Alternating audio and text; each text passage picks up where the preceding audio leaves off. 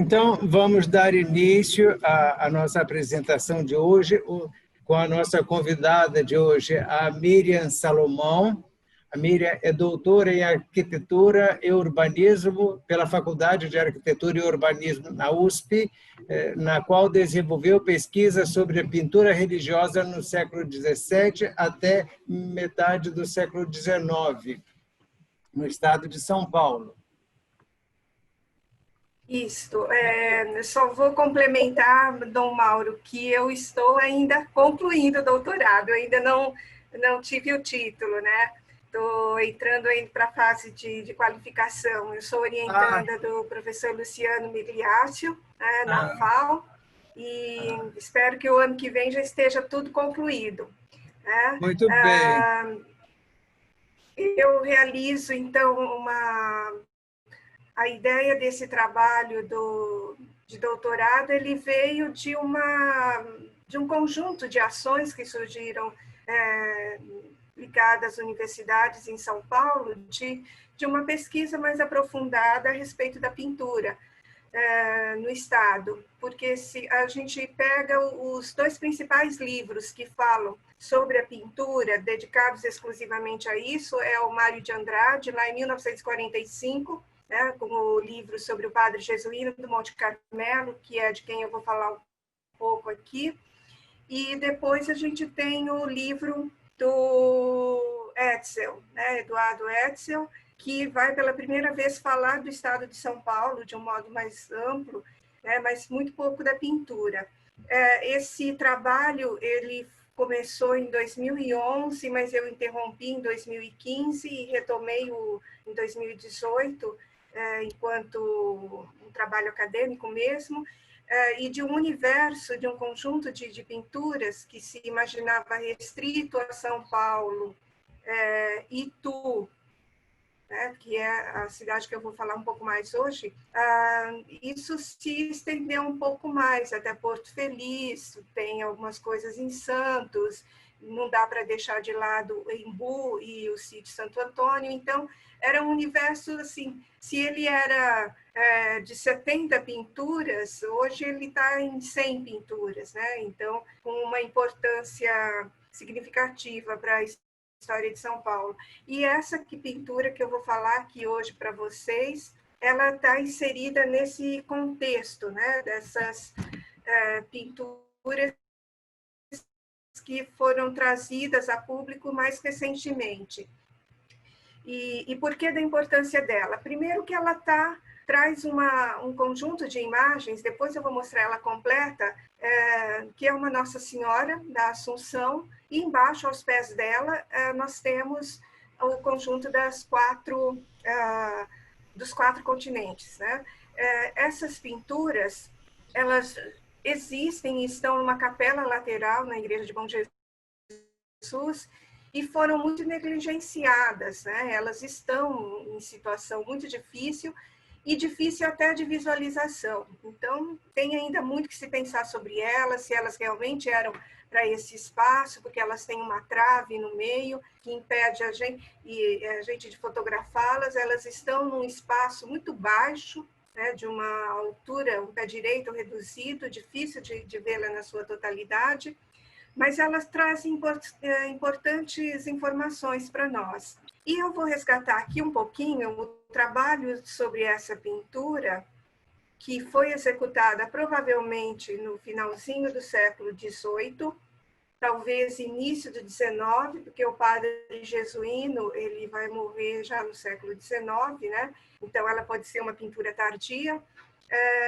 Ao mesmo tempo, ela vem se juntar a um outro conjunto, que é o da Igreja do Carmo, da cidade de Itu também, que está entre as principais obras dele, né? E ele tem também alguma coisa na matriz, ou seja, nada mais justo do que ter algo na Igreja de Bom Jesus também.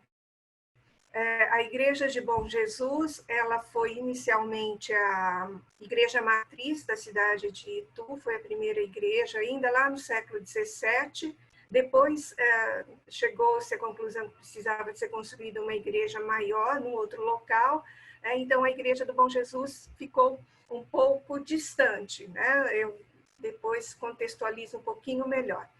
Tá? Eu vou falar principalmente dessa pintura. Opa, desculpa. Bom, os antecedentes, conforme eu falei, né, ela se liga, né, essas representações da alegoria dos quatro continentes, ela tem a origem delas na época dos descobrimentos, onde nós temos a consolidação de um conjunto de mapas, de imagens ligadas à cartografia e que se utilizam dessas imagens dessa alegoria para demarcar esse novo território. A gente poderia se estender aqui essa discussão para várias outras questões a respeito da representação das mulheres, com essa aparência, apesar de representar América e África, muitas vezes uma aparência europeia, mas o importante é a gente falar do lugar dessas pinturas, né? Elas vêm também no momento em que o mundo era conhecido, redesenhado, redividido em domínios políticos, né? E também se buscavam novas metáforas, novas metáforas com a natureza, até com a arte grega, onde a gente tem a transposição, muitas vezes, de determinados mitos para essa representação mais religiosa. Mas a primeira registro oficial, vamos assim dizer, que nós temos, é o Teatrum Orbis Terrarum, né, do Abraham Ortelius, que foi publicado, a primeira edição dele é de 1570, que é essa capa. Depois ele foi republicado em mais de diversos idiomas, ele tem uma quantidade de edições para a época muito grande, né? Então, ele tornou-se repetidamente, né, suplementado e republicado, né, e virou uma espécie de uma bíblia da geografia.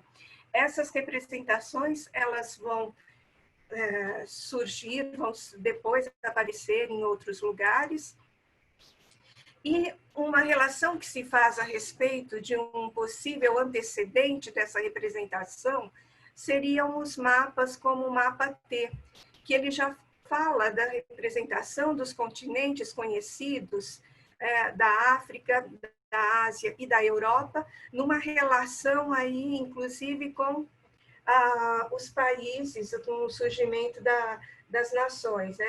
O pesquisador David Woodward, ele faz uma ligação, né, desses mapas mundi, principalmente que surgiram no final da Idade Média, com a Igreja cristã traduzindo que nos 3 filhos de Noé, Shem, Ham e Jafé, né, que ilustrariam as 3 raças do mundo, os semitas, os amitas e os jaféticos.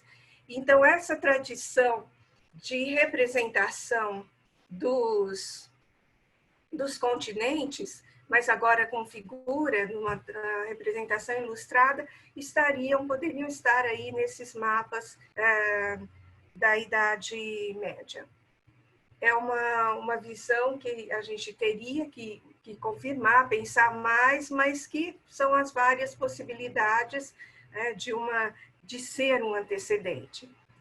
Isso vai culminar com a publicação da iconologia, né, o tratado do César Ripa, e isso já em 1593. No tratado de iconologia, na primeira edição, ela não tinha ilustrações. Na verdade, a primeira ilustração vai surgir só em 1603, inicialmente publicada em Roma, e é um conjunto de emblemas, não é mais um conjunto de imagens com uma função cartográfica. Os conjuntos de emblemas vêm com uma outra configuração, com uma outra ideia, que é de falar a respeito de virtudes, de moral, e trazem essas representações. Aqui a gente tem as representações, então, dos 4 continentes, da Europa, a Ásia, a África e a América. Reparem que todas as figuras muito parecidas, vestidas, todas vestidas, a única que insinua um pouco mais de nudez é a América. Então, essa tradição das representações permanecem durante muito tempo. Qual é a ligação? Por que trazer o César Ripa aqui? Porque é através desses conjuntos de emblema que essas representações ligadas às virtudes, à moral, à religião, à fé, vão ser incorporadas em imagens religiosas. Então, para a gente entender um pouco do porquê. Então, o que o Jesuíno fez não é novo, havia sido feito. Mas a novidade do trabalho dele é chegar a isso no interior de São Paulo, uma cidade que está distante a mais de 100 quilômetros da capital. Se em São Paulo já chegava um pouco mais com um pouco mais de atraso ou de dificuldades, chegar em Itu era um processo um pouco mais lento. Por um lado, faz todo sentido, porque Itu é um centro econômico muito importante para a região de ocupação das rotas para o sertão do Brasil. É passagem obrigatória para quem ia para Goiás, para Mato Grosso, passar ali por Itu, e muitas vezes depois continuar essa rota de navio a partir de Porto Feliz, pelo Rio Tietê. Então, Itu, uma cidade importante, ela tem que estar também colocada nesse contexto. Então, mais algumas só ilustrações da permanência dessas representações, aqui já são publicações do século XVIII, e o interessante é que nessa imagem que está, dessa geografia, dessa descrição geográfica desse livro que está à esquerda, nós já temos aqui a África representada com turbante e negra, Estava lá no teatro do Ornélius, mas aqui ela volta e permanece um pouco diferente da representação do César Ripa. Bom, o padre jesuíno do Monte Carmelo, ele percorre o estado de São Paulo, ele nasce em Santos, depois ele vai para Itu, retorna para Santos, vai para São Paulo e se fixa em Itu. É uma das histórias mais curiosas que a gente tem, Então, ele é mulato, muito devoto de Nossa Senhora do Carmo. Ele foi criado, segundo o que a gente sabe da biografia dele, e que o Mário de Andrade foi o responsável por trazer mais detalhes. O que a gente sabe é que ele estudou com os carmelitas de Santos. Quando os carmelitas foram para Itu, fundaram um convento, ele os acompanhou, ficou lá durante um tempo, depois ele vai para São Paulo para fazer a sua formação como padre secular, na sede de São Paulo, e ele trabalha para os carmelitas de São Paulo, tanto para a igreja conventual como para a igreja da Ordem Terceira. Essa daqui é a pintura da nave que ele faz na igreja da Ordem Terceira da cidade de São Paulo. E depois que ele se torna padre, ele retorna para Itu. Ele já estava viúvo, Em Itu ele se casa e ele tem 3 filhos. Quando ele retorna para Itu, na impossibilidade dele ser religioso carmelita, como ele queria, ele funda uma ordem religiosa, que é a Nossa Senhora do Patrocínio, a igreja, e começa a construção de uma igreja para Nossa Senhora do Patrocínio. Ao mesmo tempo, ele continua trabalhando, já havia terminado a igreja dos carmelitas de Itu, e provavelmente essa pintura que nós vamos ver na igreja de Bom Jesus, ele realizou nesse período. Quando ele retorna, já funda a ordem religiosa dele e está construindo a igreja do Patrocínio. A igreja do Bom Jesus, naquela ilustração ali à direita menor, é um dos registros mais antigos que a gente tem, realizado pelo Miguelzinho Dutra, já em 1852. ou seja, ainda de uma forma bem ligada ao período colonial. Essa igreja, ela foi iniciada, né, em 1610, quando se fundou o povoado de Itu. Ela foi sendo aumentada à medida que a população crescia, até que em 1669 ela deixou de ser a matriz, com a construção da nova matriz, e ela, então, fica um tempo sobre as ordens de vários padres, fica por conta de um zelador, até que em 1825 os jesuítas, retornando a Itu, que eles se fixam nessa igreja durante um tempo. Então, essa igreja abrigou também os jesuítas, até que os jesuítas construíram um outro colégio, né, e uma outra igreja, né? Bom, essa imagem aqui em azul, ela era assim até 2015, agora ela foi repintada, mas mesmo assim ela precisa de muitos reparos, uma conservação muito intensa, e ela sofreu assim bastante intervenção, tanto arquitetônica quanto decorativa. Essa pintura que a gente vê aí, ela já é do século XX, foi realizada entre 1962 e 1964, pelo Virgilio Baglioni, né, um pintor de origem italiana que trabalhou durante muito tempo em cidades no interior de São Paulo.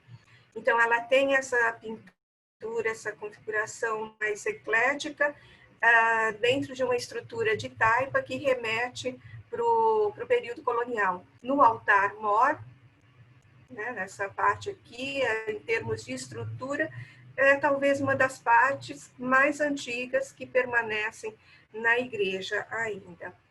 Ela tem diversas capelas laterais, mais recentes, já com imagens do século XX. É uma igreja muito bonita, mas ela sempre está muito escura.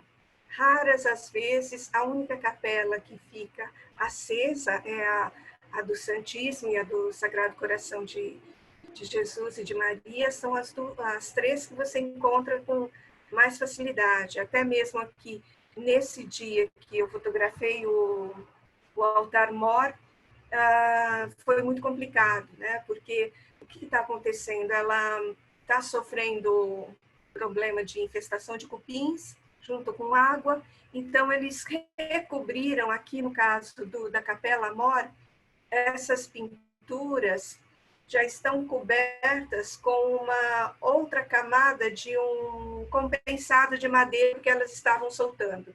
E nós teríamos na Capela Mor 3 pinturas, uma ainda do século XVII, que não há registro de como era ou do que era, depois uma do Jesuíno, e depois essa do século XX já, né? Então, ela tem aí, por debaixo dessa pintura que nós vemos no forro, eu consegui já, antes de colocarem os novos tabuados recobrindo aí, ela tem vários pontos descascados em que você vê traços e que comprovam que é uma pintura do Jesuíno. O que eu falo assim? Comprovam, mas assim, já nos dão pistas, porque até agora não localizamos uma fonte mais certa. A Igreja do Bom Jesus, em termos do que foi feito nela, nós não temos tantos registros. A matriz de Itu, nós encontramos muita documentação, a própria igreja tem muitos historiadores de Itu, se debruçaram bastante sobre o Carmo e sobre a matriz da Nossa Senhora da Candelária. Mas aqui a gente não encontra muitas notícias. Mais uma imagem do... Opa, desculpa, voltei. Bom, aí, então, só voltar aqui nessa imagem, para vocês terem uma ideia, aqui está essa daqui.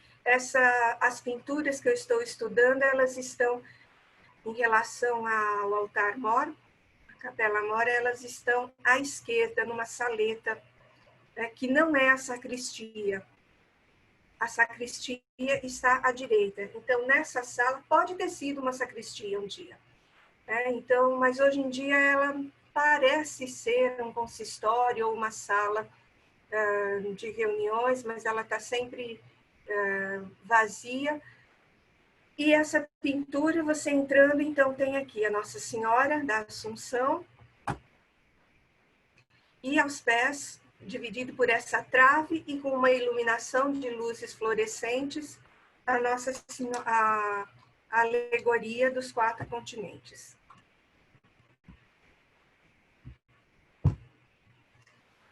A Nossa Senhora, então, provavelmente aí do final do século XVIII, ela tem algumas características que depois eu vou mostrar, que confirmam, que mostram muito que é do jesuíno. Se a gente pensar em termos de características estilísticas, inclusive de solução de composição. Porque aqui nessa Nossa Senhora da Conceição, desculpa, ela tem um globo exatamente igual à Nossa Senhora do Carmo, que ele executou na igreja da Ordem Terceira do Carmo da cidade de São Paulo, que foi pintada em 1797. Então, provavelmente, ele traz essas referências para cá, as nuvens também em torno da visão da Virgem e o drapeado do manto são muito parecidos. Aqui eu trago o rosto. Essa de baixo é a Nossa Senhora do Monte Carmelo, que ele executou no Carmo de São Paulo.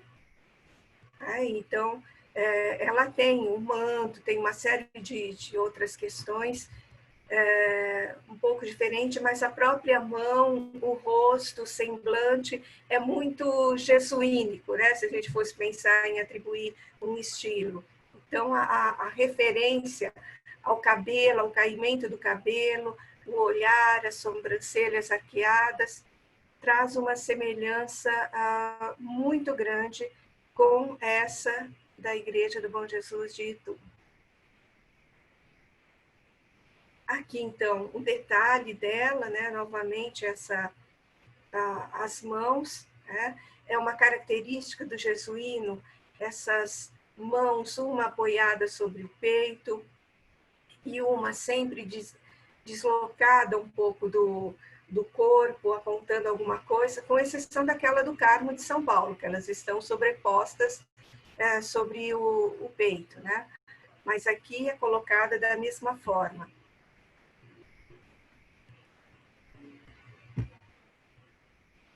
Aqui,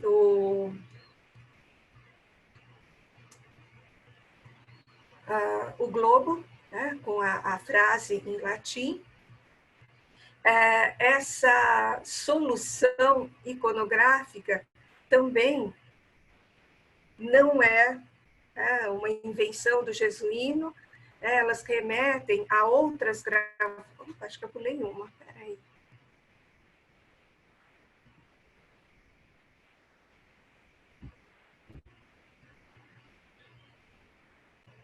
Bom, ela vai aparecer depois. Bom, nos remete a outras gravuras que a gente tem, essas daqui muito parecidas, com a mesma inscrição em latim, uma alegoria feita num conjunto de gravuras de 1756.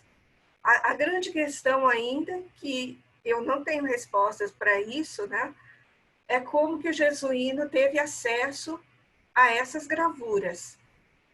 Não há dúvidas de que elas circularam por São Paulo de alguma forma. Se foi nos missais, se foi em algum livro específico de gravura, algum conjunto, nós não sabemos, porque em São Paulo não se encontrou ainda nenhum registro, por exemplo, de encomendas de gravuras. Se Ataíde, em Minas Gerais, você tem os registros dele encomendando, tem no inventário dele, cita os livros de gravuras que ele tinha, ou os livros. No caso do jesuíno, nós não temos isso, mas com certeza ele teve acesso aos livros. E também uma outra questão é que Os livros podem ter ficado depois, a ordem do patrocínio ela ainda permaneceu, um dos filhos dele, ele teve 2 filhos, homens, e uma filha mulher, mas o Eliseu e o Elias, né, os filhos dele, um deles foi arquiteto e músico e pintor também, né? Então, eles continuaram, de certa forma, ainda por um tempo, em tua tradição do pai. Bom, aqui, né, então, um detalhe para vocês entenderem que a dificuldade de fotografar realmente vai ser necessário... A palestrante é anônima, não é professora, não. Não foi possível ainda fazer uma montagem, né? Aqui, então, aquelas nuvens nos pés da Nossa Senhora e aqui a alegoria. Não é novidade, como eu já disse antes, nós temos não só gravuras, mas aqui a igreja do Nossa Senhora da Conceição da Praia, em Salvador, nessa pintura do José Joaquim da Rocha, que nós temos, então, desculpa, a pintura da Nossa Senhora com o gesto aqui, o mesmo que da Nossa Senhora executada pelo jesuíno, uma das mãos sobrepostas no peito, a outra aqui segurando um galho, uma flor, pode ter tido na do jesuíno. Por quê? Porque nós vamos ver depois um detalhe, foi repintado o fundo. Então, a Nossa Senhora e essa alegoria, elas têm, com certeza, ou tiveram em algum momento, um conjunto de ornamentos ou de nuvens, mas mais coisas do que a gente tem hoje. Tá? Com certeza ela foi repintada e pode ter nuvens ou mais anjos, porque jesuíno pintava todos os espaços, ele enchia com vários anjos segurando guirlandas, então tudo é possível aqui nesse trabalho. Bom, mais um detalhe de uma gravura, aqui já um detalhe lá da gravura, que vem depois a partir do teatro, né, com os 4 continentes embaixo, né? Essa é um detalhe também de uma outra gravura que traz uma Nossa Senhora em cima, então é uma representação muito presente, né, no mundo ibérico. Que no caso de São Paulo, ele é um caso único, pelo menos até agora, né?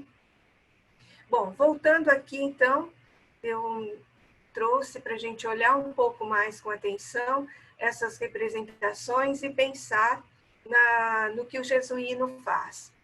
Primeiro, o que ele muda, né? Nós temos, né, da direita para a esquerda, primeiro, a Ásia, depois a Europa, a América e a África. E ele coloca as figuras da América e da África como figuras masculinas. Como a gente viu nas outras imagens, nas outras representações, normalmente essas duas figuras, fossem homem ou mulher, elas estavam despidas. E ele traz figuras femininas, muitas vezes até cobrindo os seios, ou escondendo ao menos um deles, e aqui ele coloca exclusivamente como figuras masculinas. E claro que, seguindo a tradição, a Europa e a Ásia estão totalmente vestidas. No centro, temos aí, então, a figura da Europa junto com a América, um pouco mais, como se estivesse um pouco mais à frente, na medida em que ela está com um braço à frente do braço da América, e olha, assim como a Nossa Senhora, a Europa está com uma das mãos sobre o peito e a outra mão estendida. Aqui eu separei as duas para a gente olhar com um pouco mais de atenção. aquilo que eu falei para vocês, isso daqui já foi pintado, olha, o rosto está tudo muito recortado e colocado, tem tinta, passaram tinta branca sobre todo o fundo, então a gente poderia ter muito mais elementos. Mas seguindo a tradição, Europa e Ásia são as figuras representadas na forma branca, de mulheres brancas, figuras femininas, vestidas. Aqui um detalhe da figura da Ásia, é curioso, né? Não sei se de propósito, por desconhecimento, mas a figura, voltando aqui um pouquinho, a figura da Ásia parece até um pouco mais branca do que a figura da Europa. Pode ser só uma questão de composição ou de tinta, de escolha para diferenciar. Aqui a figura da Europa em destaque. Ela parece que tem um medalhão, uma correntinha, mas não é isso, não. É apenas um defeito, um problema na madeira. Bom, aqui já assim, a figura da Europa. Então, ela está, de qualquer forma, ela segue uma tradição de representação que coloca a Europa à frente da América. Aquela atitude, a gente tem que entender, estamos num momento de domínio colonial, né, sobre a América, então a Europa tem que estar à frente aí da América, essa figura masculina colocada aqui.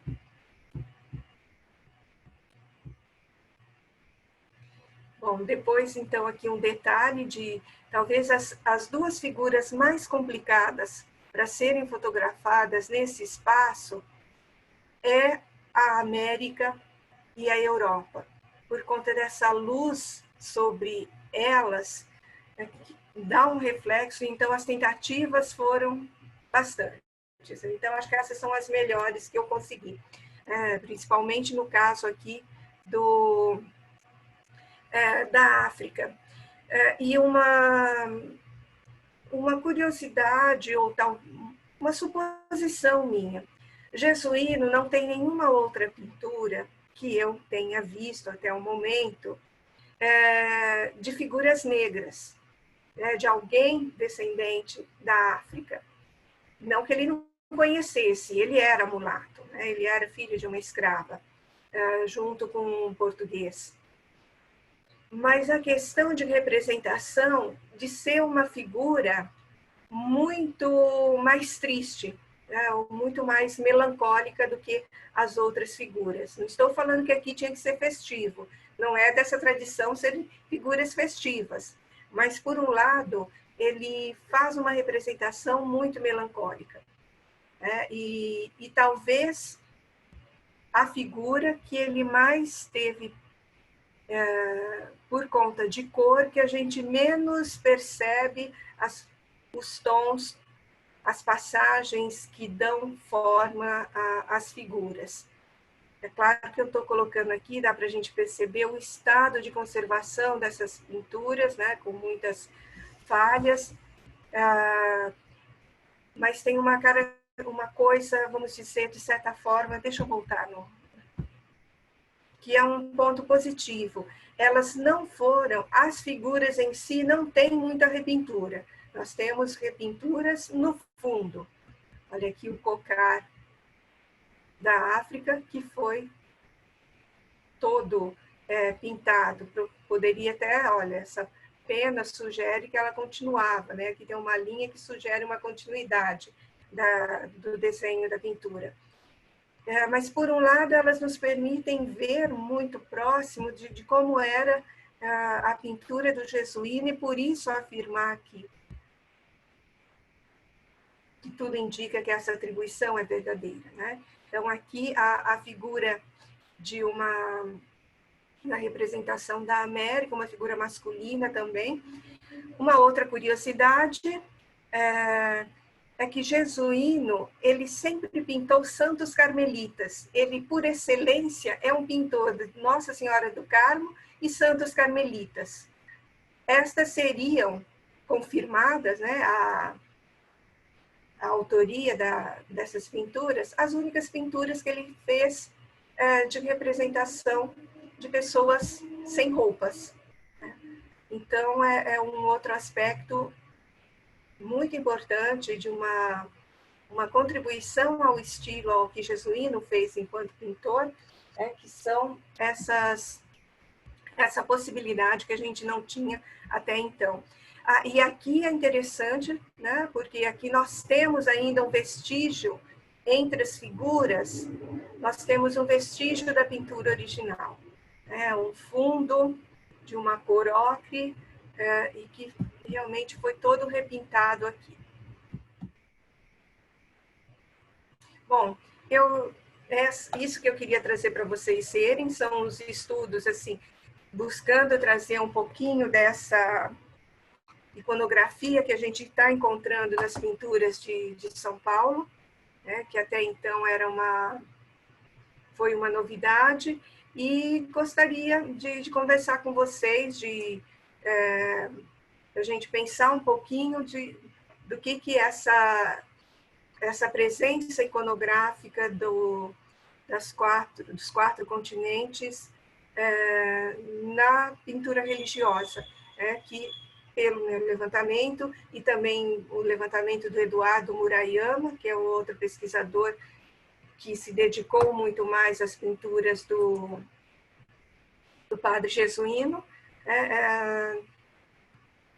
que nós localizamos realmente essa na Igreja do Bom Jesus e aquela de Salvador, na Igreja da Conceição da Praia. Então, são possibilidades e estou agora à disposição para responder perguntas ou para a gente conversar mais sobre isso. Obrigado, Miriam. Excelente exposição. É um trabalho interessante, né? Uma pesquisa inovadora que traz à luz uma pintura realmente pouco difundida, pouco conhecida. Então, é uma contribuição importante no estudo da imaginária brasileira. Voltando ao que você falou, realmente Itu foi um centro econômico, né? Como diz a professora Zeni Rosendahl, ela defende a tese dos três poderes juntos, né? A igreja, a economia e a política estão juntas, e foi, de uma certa forma, isso que você falou. Itu realmente foi um centro importante na formação do atual Estado de São Paulo, né? Como você disse, caminho para Goiás, e em relação com Minas Gerais também. Então, é muito importante essa colocação, essa posição geográfica em que se encontra Itu.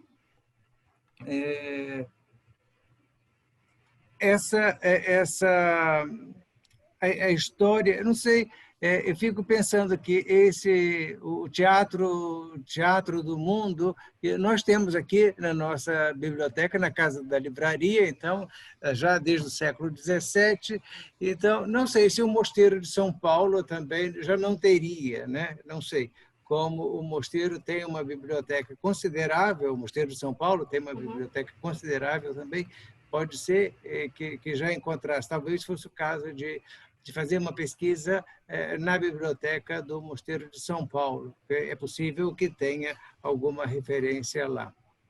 Então, podemos abrir, hoje, como nós temos um pouquinho mais de tempo, podemos dar a voz, porque às vezes o tempo fica muito corrido. Sim. Então colocamos, tenho feito as perguntas, tenho lido as perguntas escritas. Agora, acho que hoje, então, podemos abrir os microfones. Eu só vou complementar, Dom Mauro. Eu conversei com o Dom João Batista, do Mosteiro, né, de São Bento, lá de São Paulo, e o que ele nos informou é que dos livros mais antigos, eles tiveram um problema e poucos exemplares sobraram. Na época que eu fui lá, eu não fui procurar o Teatro do Mundo, eu fui ver outras coisas, mas é uma questão para retornar. Com certeza eles devem ter, mesmo que sejam edições mais recentes. Agora, eu acho que a referência do Jesuíno são os carmelitas. Eu acho que ele pode ter tido contato com essa obra, talvez não o Teatro do Mundo, mas aquele outro conjunto de gravuras lá do final do século XVIII, que vieram da Antuérpia, que já tem a iconografia dos 4 continentes junto com a Nossa Senhora. Eu acho que ele não é um pintor que se dedicou a transpor uma iconografia do Atlas do mundo direto para a iconografia junto com a Nossa Senhora. Eu acho que ele já viu aí esse outro momento, que é quando você tem impressões de gravuras que juntam as 2 iconografias. Eu digo, em relação ao Mosteiro de São Paulo, nem que tenha a obra em si, porque é possível que tenha se desgastado com o tempo, se perdido com o tempo, é natural isso. Agora, porque eu falo a partir da nossa realidade. Nós temos os livros, os inventários dos livros que se colocavam na biblioteca naquele período. Então, é possível que haja um registro dessa entrada. Sim. Sim. Mas agora o importante realmente são os carmelitas. O centro da atenção deles são os carmelitas. É isso mesmo. Leandro, você vai com uma pergunta hoje? Sim, vou fazer, para variar. Professora Miriam, eu observei que essa pintura ela é muito interessante quando a senhora fala que 100 quilômetros da cidade de São Paulo, um determinado pintor consegue uma ilustração provavelmente rara para a época, que retrata os continentes e tal. E isso é muito curioso. Mas eu percebi que essa pintura ela parece estar num espaço com uma iluminação precária, um espaço até certo ponto meio um pouco desprezado, não sei se eu posso falar assim. E eu gostaria de saber se a senhora passou para a Diocese, né, de Itu a respeito desse estudo, essa pesquisa da senhora, para afirmar a importância dessa pintura, e se eles têm algum plano de preservação melhor, de deixar ela com uma aparência mais bonita, mais apresentável para o público, para afirmar essa importância. Então, Leandro, eu já te adianto que eu acho assim, que Itu, ela tem um cuidado muito grande com o seu acervo histórico, religioso. Você tem, comparando com outros lugares, Itu cuida muito bem do seu patrimônio. Haja visto a dedicação que eles tiveram com o restauro da matriz, que se estendeu aí, começou em 2004 e foi entregue oficialmente em 2015, 2016. Né? Então, assim, o que acontece lá? No caso da Igreja Específica do Bom Jesus. E complementando, me parece que agora a cidade está assim, num trabalho de dedicação para recuperar as pinturas do Jesuíno, mas do Convento Carmelita. Quem está precisando de ajuda agora, muita também, é os carmelitas. Porque a Igreja do Bom Jesus, ela foi restaurada, né? Foi feita uma grande obra do ponto de vista arquitetônico entre 2014 e 2016, porque realmente não dá para pensar na conservação daquilo que está dentro se você não conserva a estrutura. Então, a parte de telhado, de infiltrações, ela foi resolvida. A próxima etapa é a questão das outras pinturas. Mas, assim, eu acho que eles estão cuidando, né? Envolve, às vezes, outras questões, né? E essa passagem de ficar um tempo sem ninguém cuidando, vai para uma ordem religiosa. Ela ficou quase 100 anos na mão de um zelador das pessoas e, eventualmente, o padre ia lá celebrar as missas, né? Depois, no século XX, que ela teve ela teve muita interferência arquitetônica, ela tem os puxadinhos, vamos assim dizer, do ponto de vista de uma capela que sai do lado, né? E aí esses puxadinhos, entre aspas, que trouxeram alguns problemas de infiltração. Eu espero, essa essa pintura aí, ela está precisando de uma atenção, de um cuidado muito especial, porque eu acho que ela tem ainda muita coisa para revelar para a gente do que é o Jesuíno do Monte Carmelo. A gente está só na superfície dela, que é só olhar e tentar identificando o que é essa pintura, onde que ela pode ir, né? Mas ainda tem muita coisa. E é aquilo que eu falei, não localizamos ainda alguma notícia de se ela foi feita para esse espaço ou se ela foi colocada depois. Que isso também é outra coisa que acontece com frequência, né? De mudar de lugar. Ela tem no altar-mor por detrás, ele é todo pintado. Ele tem pinturas que remetem ao século XVIII, começo do século XVIII, mas que as tábuas foram reaproveitadas e foi modernizado. Tem isso também, né? A questão das modernizações, dos gostos, de noções diferentes, né? E que isso vai se perdendo. Mas eu concordo com você. Agora, eu acredito que Itu vai ficar atenta a isso, né? Eu acho que Itu, junto com São Paulo, é uma das cidades que mais conserva o seu patrimônio. A cidade é muito bem cuidada. Me permite uma parte? Sim, Cristina. Restauração é uma coisa cara, requer mão de obra especializada, tem muito curioso no meio, tem pouca gente que é capacitada e habilitada para fazer bem feito.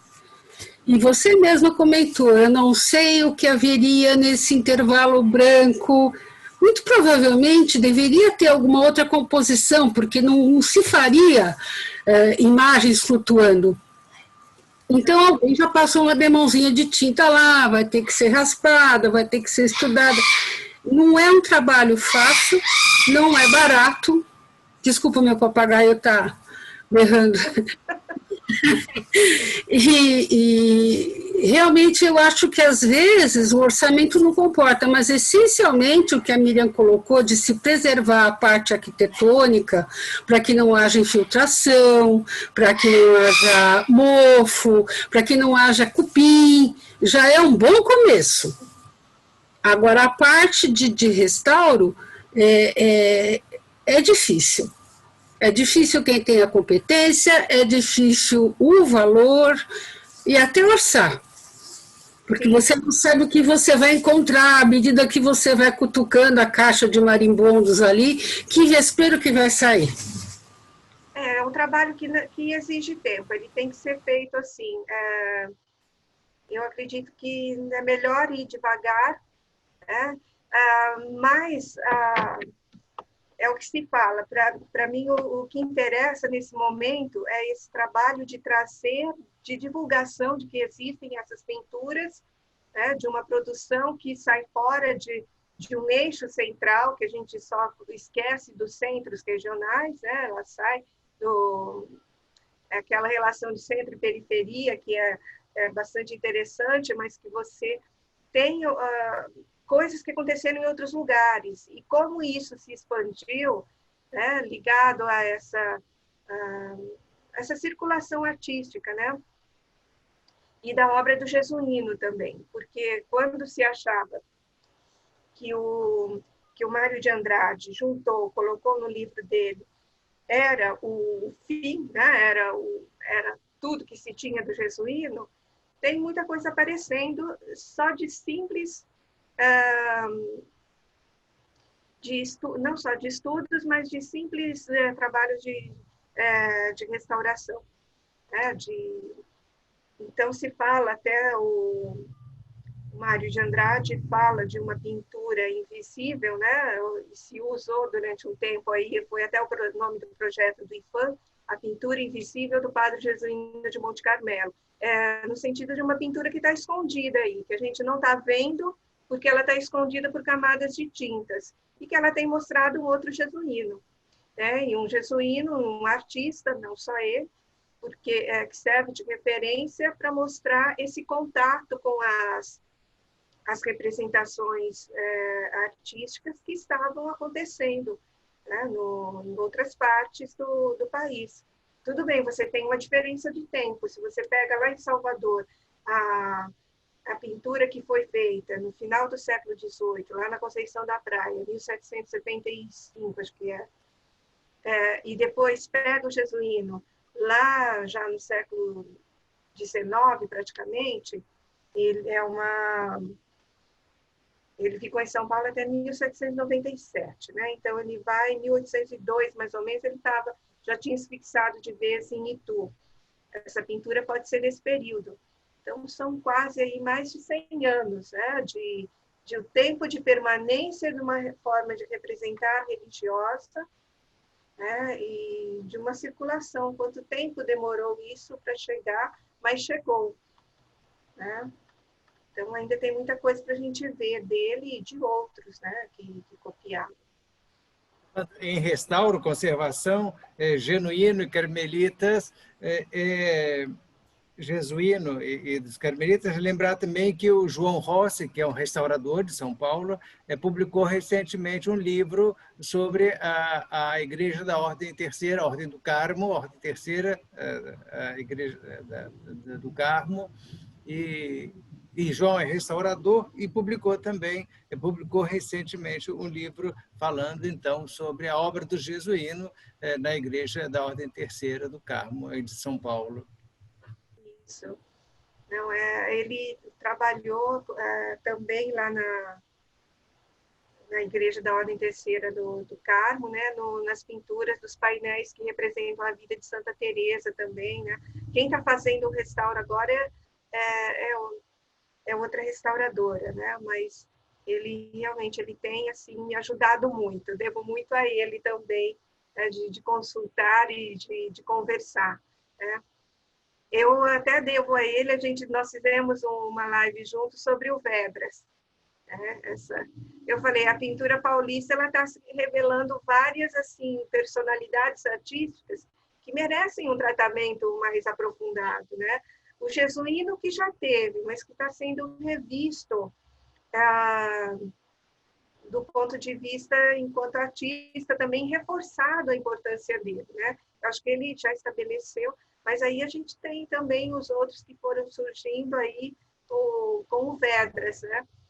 E que vem para São Paulo e que talvez tivesse até trabalhado vamos dizer, o restauro, mas que é aquilo que a gente já falou aqui, o próprio Dom Mauro já falou, que são intervenções que se achavam que era esse o conceito de restauro, né? Que você podia intervir, colocar elementos, né? Excluir outros, né? Então, é difícil a gente julgar, né, tudo o que aconteceu só com os nossos entendimentos, né? Então, provavelmente o Vedras também interferiu em algumas pinturas do jesuíno.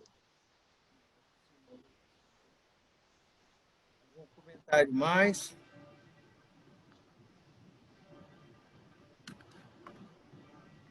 Bem, acho que então ficamos por aqui hoje, Miriam. Foi excelente a apresentação. A Cristina está aplaudindo lá. Estou com o microfone fechado. Estou com os outros microfones fechados agora e não consigo abrir também. Peço desculpa, mas eu consegui abrir e agora eu não consigo mais abrir. Peço desculpa por isso. Então, foi isso. Acho que foi excelente. E na próxima semana teremos... Deixa eu ver. Acho que é o Assis. Assis, acho que sim. Acho que sim. Deixa eu só ver aqui. Obrigada, Maria de Fátima. Eu estou vendo aqui as mensagens no chat. Eu agradeço demais. Fiquei muito contente de poder mostrar para vocês, estar conversando aqui com vocês a pintura do jesuíno e a pintura em São Paulo, de um modo geral, né? A gente tem muitas coisas interessantes que aconteceram por lá. Realmente, na semana que vem, será o Assis Pedrosa. Vou falar sobre o santuário da Serra da Piedade, Minas Gerais. Ótimo, estaremos aqui assistindo. Tá bom. Muito obrigado, Miriam. Tudo de bom para vocês. Um abraço Obrigada, para todos. viu? Nos vemos na próxima semana. Boa noite.